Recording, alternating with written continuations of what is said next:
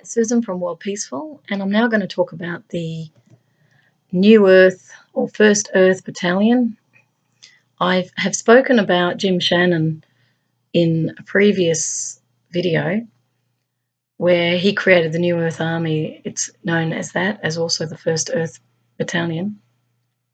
And in the film Men That Stare at Goats, he was depicted in that film by a guy. The character was called Bill Django, but it was Jeff Bridges who played that part.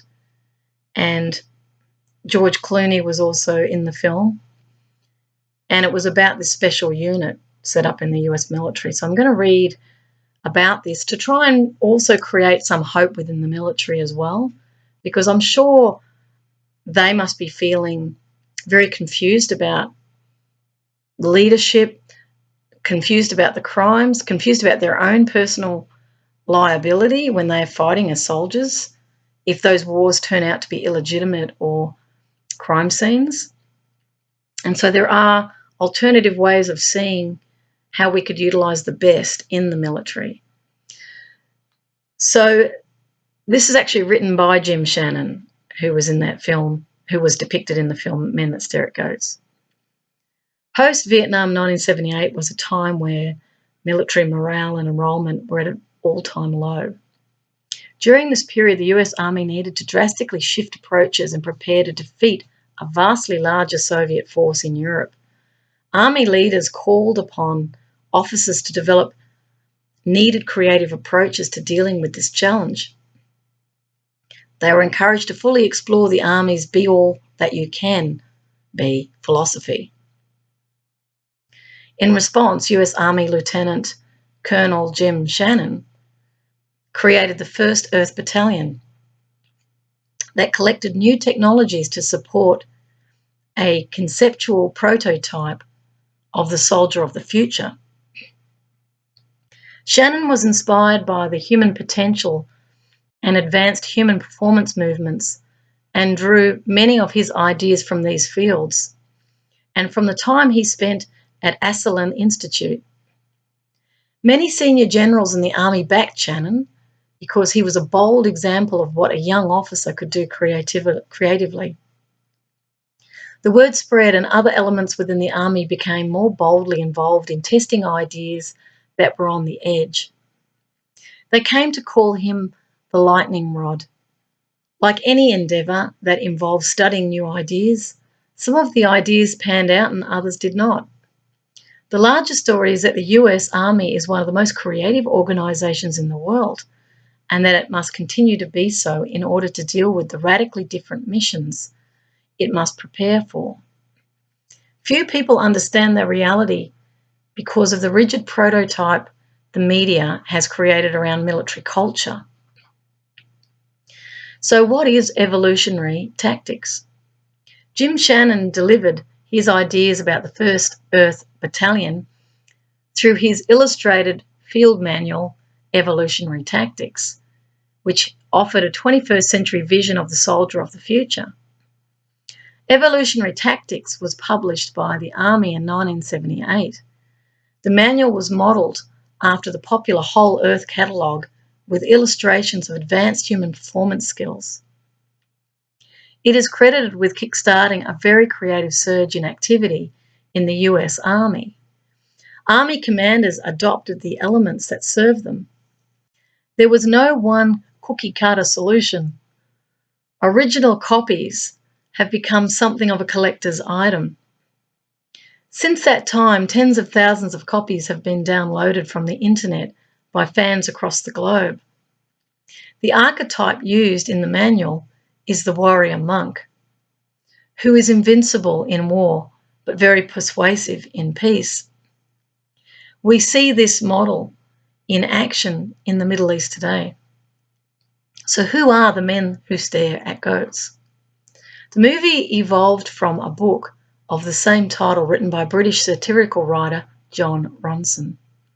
It stars four of the most creative minds in Hollywood today: George Clooney, Kevin Spacey, Jeff Bridges, and Ewan McGregor. The title of the book and film is based on an experimental lab that once existed at Fort Bragg, where the military reportedly attempted to kill goats simply by staring at them. There were no corresponding approaches in Jim's field manual. The highly anticipated film is due out in December. Now, this has already been out, 2009. I actually found the video by chance at a university. I think it was in Perth that I found it. It was. The movie is a comedy, much of which is inspired by Jim Shannon's first Earth Battalion, because it kick-started a very creative surge in the Army. Shannon is portrayed in the film by Jeff Bridges, who plays the character Bill Giango. The first Earth Battalion is known in the film as the New Earth Army, a name Jim offered the producers who wanted the creative liberty of making comedy without any direct association with the actual battalion scenarios. Though they both claim to be based on a true story, author John Ronson and screenwriter Peter Stronham took wide artistic license, blurring the lines between fact and fiction in order to create a somewhat dark Hollywood comedy. Here are some important facts. Jim Shannon was never discharged from the US Army. He served in the US Army as an infantry officer and creative spark plug from 1962 to 1982, and was in Vietnam twice, 65 to 66 and 70 to 71. During his time in Vietnam, he lost just one infantry soldier and never killed an innocent civilian. He was known for his ability to imagine and illustrate the future battlefield and its advanced applications. Returning home from Vietnam, his goal was to find non-lethal and peaceful solutions to potentially change the shape of war as we know it and save lives in the process. His work in the military was highly respected as he was asked to present to large-ranking conferences with his most creative talents and launched a simulation and games program that is now funded at $50 million a year. Shannon retired from the military in 1982 and did not serve in Iraq. Ronson speculated that the sound healing therapies detailed in Evolutionary Tactics evolved into torture techniques in Abu Ghraib or Guantanamo. This is total speculation, since sounds have been used since the beginning of armed struggle to influence morale or frighten the enemy. The sound healing therapies I've actually seen in action. They work on vibration and tone and symmetries. These are the geometric symmetries that can vibrate a body into well-being in actual fact, because we're actually vibrating at certain frequencies. The military have got hold of all of these frequencies, and of course it's like anything. If you're looking through the prism of destructive capability, you're going to use frequencies for harming people, because we're made up of at the atomic level, we're atoms all swirling. So once people apply physics to weaponry, people can be destroyed very easily. People can be interfered with in respect too of their thought patterns. So a lot of the psychops or psychological experimentation or application in order to torture prisoners was using discordant sound to disrupt the psychology of the person, to send them into confusion and trauma. The sound healing is the complete opposite. It's about harmony. So we're looking at two polar opposites. One's looking at complete disruptive disarray in respect of vibrational patterns, and the other one is more harmonic, symmetrical patterns. A very good thing to look at would be Dr. Emoto, and with the experimentation he did with water when he froze it, and he froze it after people had looked at it with intention. That's why intention is extremely important in respect of outcome. So when you stare at a vial of water with loving thoughts, there are natural symmetrical patterns that formulate within the ice crystals. It's very balanced because that intention is an energy directed. It's energy directed from the brain. And the energy field of the body. as you're tapping, utilising consciousness to direct energy is what's happening. Now, when you do it in a negative way, through hatred, through cruelty, those patterns in the water become disarrayed. It becomes confused. It becomes illogical. So when those water vials were frozen, they saw the discordant patterns. So that's the destructive element of intent. That's why what you think about, you bring about. So if we all get indoctrinated into fear and we start to be frightened about our neighbours, we become isolated and atomized. We're more easy to control because we're looking for a saviour. On the other hand, when you become very loving, you're sending harmonious vibrations out into the world, and you will be amazed. It can go travel around the world. It goes out into space even. There's certainly a school of thought that states that those thought patterns, all thought patterns, continue. It's a little bit like the law of thermodynamics that transfers. Same applies with thought patterns. They actually continue. So they don't dissolve. They go out into space. And they can well manifest into material. So the army itself is exploring all of this. So the public might go, oh, that's a bit out there, but you'll find the military are way ahead of that. They're actually not seeing it as out there. They're actually involved in it. But the intent of those leaders is absolutely critical as to what happens to our planet and what happens to our people. So we really have to become aware of these things. So that was just a little bit of a comment to Abu Ghraib and the speculation of the sound therapies being used there as part of torture techniques. That's highly unlikely. Was the 1st Earth Battalion a secret paranormal force in the US military? He says no. This is Jim Shannon. The new Earth Battalion has acted like a think tank, collecting and reviewing advanced human performance skills from all disciplines, and it still does. It was never secret, although some of the spin-off ideas may have become secret once tested, such as remote viewing. Now, for those who don't know what remote viewing is, that they had psychic spies, and the film talks about that. You've got George Clooney playing the part of a guy called Lacey, who was their best psychic spy. So he used to listen to Boston music, and he said he would breathe in and out, breathe in and out, breathe in and out, and see black, see black, see black. And it was a way of shifting his consciousness, and he was then able to remote view. If, say, a general had been kidnapped, he could find them. So these practices are already happening today. The Russians will be doing it, the US will be doing it, Chinese will be doing it. So they're all seeking to get intelligence one way or another, such as the nature of competition and the need for power and control.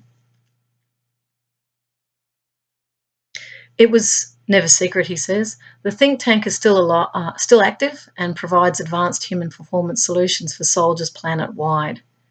It is supported by Jim's retirement pay and has dozens of other voluntary military thinkers as part of the Brain Trust.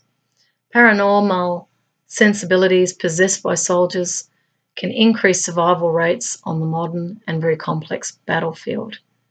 The goal is to create more situational aware combatants with a more advanced understanding of threats, allowing for peaceful incursions into dangerous areas and sharing the lives of civilians, sparing the lives of civilians.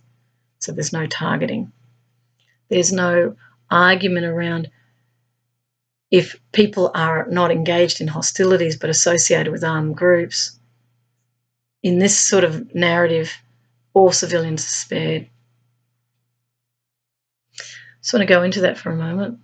Yeah, the psychic paranormal aspect of this is what attracts the military. I remember here in Australia we have the military what do they call them? Hang on, I'll just have to sit with it for a moment. Talisman saber. Operations with, say, US and Australian troops. They happen sometimes up in Queensland, I think, or Jervis Bay. I'm not sure. I can't quite remember now where they were holding these operations, but they're war games, essentially. But when I heard the word or saw the word talisman saber, I saw the sword and I saw the talisman, which led me into an inquiry that they were seeking superhuman powers. And of course, all human beings have an interest in the paranormal. It's part of who we are as people. But this is, again, how do we utilize these higher powers to serve the true needs of humanity? If it's really just in application to destroy and it's about personal sense of a megalomaniac type of power where it's total domination, that's clearly not going to serve humanity. So that's, I think, the fascination with it. Optimal futurist. Most futurists today tend to be people who communicate about what might happen in the next few years. Visionaries tend to cast images about possibilities that seem far-ranging. What he does is interview leaders and scan the planet for things that are working now. Then he upgrades their potential and bundles them into socially attractive settings. So then they can become strategies that are describable and organised graphically, so people may actually get at the business of creating and even constructing them. Walt Disney created the word Imagineer to make the connection between visionaries and engineers. To some extent, his graphics talents allowed him to illustrate things that can be constructed because they are drawn in 3D. He uses a personally created advanced visual language to get this done. If you view his over 70 videos on YouTube, you will see the graphics and story work live. He's an incredible artist, Jim Shannon. I had a look at his work. And when you're conceptualizing or visualizing the future, if you draw it, you can create it. Because the perceptual mind and the reality, it's not known by the brain which is which. So because everything's energy, and energy works on frequency, people can actually manifest the times they're going through. That's why we get the positive thinking gurus who say, think of it, imagine it, you can do it. Don't allow any other countervailing thoughts, just focus and you will manifest it. There's truth in this. So these are not airy-fairy ideas. This has actually been validated. His real gift is that he has scanned the social architecture of the earth and has created bundled solutions for many parts of the coming world. His focus is on qualities of life assembled in beautiful settings. He's interviewed over 2,000 leaders on their ideas of a future with a higher purpose. Those ideas have been assembled in Project Earthrise. I like that. I've written a poem called Earthrise that he created with the fellows at the World Business Academy. They are ideas projected 100 years out. We believe he may be more fluent in long-range futures than anyone alive at the moment. He has an extraordinary set of skills. He's also a shaman. He's a mystic, is what he is. So what we had here is these warrior monks who became mystics. See, all the mystical aspect is the direct connection to source or God or whatever you want to call it, higher intelligence, ecosystem. You can choose, it doesn't matter. The mystic goes into direct connection and is directly feeling the inspiration. It's not to say religious people don't have mystics, they would.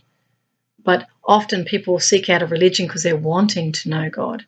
So there's a desire to learn about God, and it becomes, more engaged in a ritual to feel that love.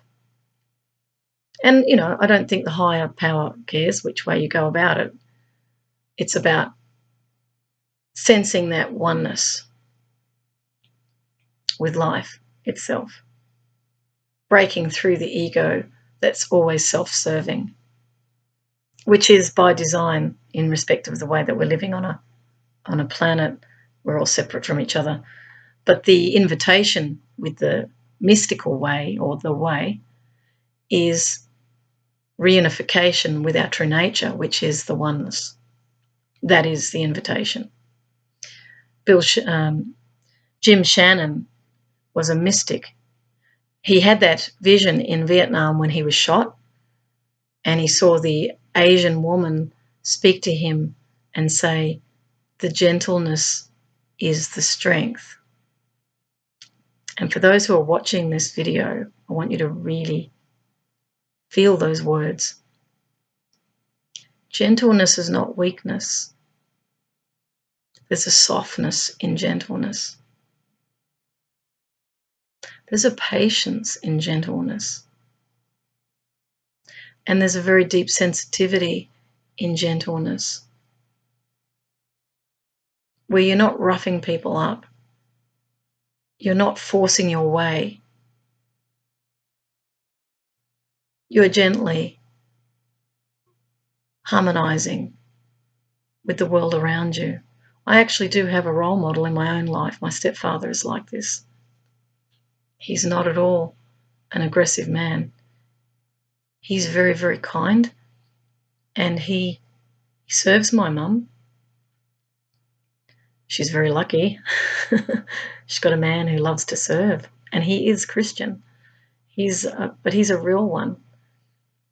And he said he had no boundaries, because he did some workshop many years ago where they get them to squish up in a sort of like in the fetal position, and then they try and pull them apart. And most people will defend themselves, and that's the war side of it, the fear. We defend. He didn't. He just flopped open because he wasn't in fear. He's not fearful. He's got a lot of courage, but he's not bombastic with it. He's he quietly will just do things. He doesn't say no. And he's sensitive, if he feels that you're upset, he'll come and he'll put his arm around you, He's very gentle. With the dog, you can always tell someone, you can tell their character. If a person's with a dog, have a look to see whether they're forcing the dog or whether they're actually allowing the dog. Now, admittedly, some people are very busy and they might be forcing it, so that may not be a true depiction. But let's just say you're not busy. Let's see how they work with the dog. If it's all about them going for a walk and the dog is just the excuse, then they're very self-oriented. If they are going for the walk for the dog and they're allowing the dog to sniff, they're not trying to force it, they're harmonizing with the dog, that's a gentleness. I saw him do that with their dog, beautiful dog, and he just allowed the dog to do what it wanted, and he just followed. So the gentleness is the strength, because it goes into harmony with the life essence itself. It's not fighting against, because the moment you intend to fight against, the universe mirrors it. So those Emoto crystals I told you about, you set up a destructive energy response, because we're dealing in a cosmic reality here. We're on the earth, yes, but we're still beholden to universal laws. So this is not even an out there statement. We're beholden to universal laws that we didn't create. They were created. But because we're in silos of understanding and we're not very self-aware, we have great worship going on about our own knowledge and capacity. We love to see the power of our own thought and action. We like to see that control and conquest because it boosts that ego. It gives it another fix. But those who are moving along those very violent controlling trajectories are actually planting the seeds of their own destruction in actual fact, because the universe is, I keep getting E equals MC squared, interestingly enough, but there's what you put out comes back, are the words I typically use. It's not what we think necessarily. There are universal laws beyond that, is my point. So going back to Jim Shannon, where are members today? Not surprisingly, many original members remain actively involved in planetary affairs. Jim Shannon lives in Hawaii on an eco-homestead and has pioneered a wide range of evolutionary ideas for living. Jim is still actively engaged in envisaging the global militaries of the world coming together as a new Earth army to deal with environmental, I want you to hear that, and social problems of the future. This is really where the real militaries should be applying themselves, and I think they'd feel good too. Even in Australia, we've just had the fires, massive, massive fires, which there's huge questions around how they got started. But the military did come. We had people moved by Chinook. We had people moved by sea. Although there was also some statements about the most vulnerable were called V, apparently, and they were not moved immediately. In fact, able-bodied people were moved first. This was a statement in something I read, and I went, what? Surely you would evacuate the most vulnerable. This is the disabled, the babies, like. So I was a bit concerned when I read that. But outside of that, the point and the message to the military is, wouldn't it be lovely to be able to utilise the military as peacekeepers in the real sense, and those who are here to serve humanity? And I know all those men would want to do that, rather than it be used as a sort of a marketing exercise to advocate for violence. The real intent of all militaries was to defend the people from attack. It wasn't about creating bigger and bigger groups to engage in violent conduct and have that become an industry. It was never meant to be that. That's why men defended their families. It's the same sort of energy. It was one of protection, but it's changed. So the discussion around here is really to give some hope to those in the military that there can be an envisaging of a new future for the military. Jim was a leader for sure. He calls this endeavour Operation Noble Steward. I love that. Noble Steward. And has written about on his website and discussed it in his many videos. John Alexander, the father of non-lethal weapons, has just completed a major analysis of Africa and has written 2 books on the future of warfare. His character in the film is played more or less by George Clooney, his role, although there are few direct correspondences since the comedy writer needed all the creative license he could get. John's book, The Warrior's Edge, provided an accurate description of many of his projects that explored phenomenology. That's a hard word. Phenomenology. Phenomenology. That's what it means. Still exploring. He currently serves as a council member on the Society for Scientific Exploration and the board of directors of the International Remote Viewers Association. Major General Bert Stubblebine is developing a sustainable community in Panama and raising global awareness about questionable medical practices created by large pharmaceutical companies involved in Codex. Makes me think of Superman there. Most of the 130 some odd members, they would be odd members, of the Army's original think tank called Task Force Delta, where these ideas were spawned, have gone on to positions of meaningful social responsibility and other future-based technologies. Now, it goes on to talk about the GOAT Lab. I won't read further, and Psychic Spies. I will attach this link so you can read on. But essentially, they could stop the heart of goats through focus. It's scary because that means a soldier could look at you and stop your heart. We don't want that. We want it used in the application for true peace, which is the whole purpose and tasking of soldiers and militaries around the world, is to ensure the peace. So I might leave you with that. Jim Shannon is his name. I will also have links so you can have a look at him. In fact, this blog that I'm reading over has got the manual too that you can have a look at, and also his work. So it's very, very exciting. Now, this presents, if you like, a possibility for the militaries in the world.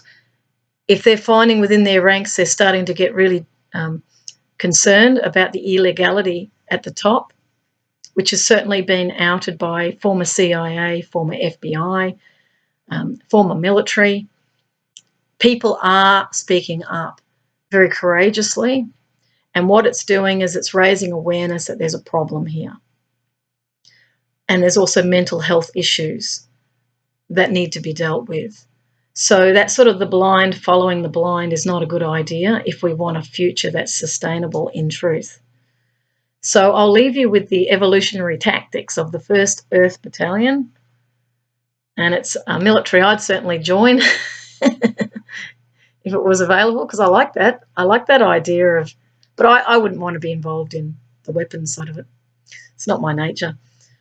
I'm in for the hugs though, because that's what he does. He does quick hugs. They used to hold lambs, take them into war zones, because people get all soft when they see a little lamb. And what else did he do?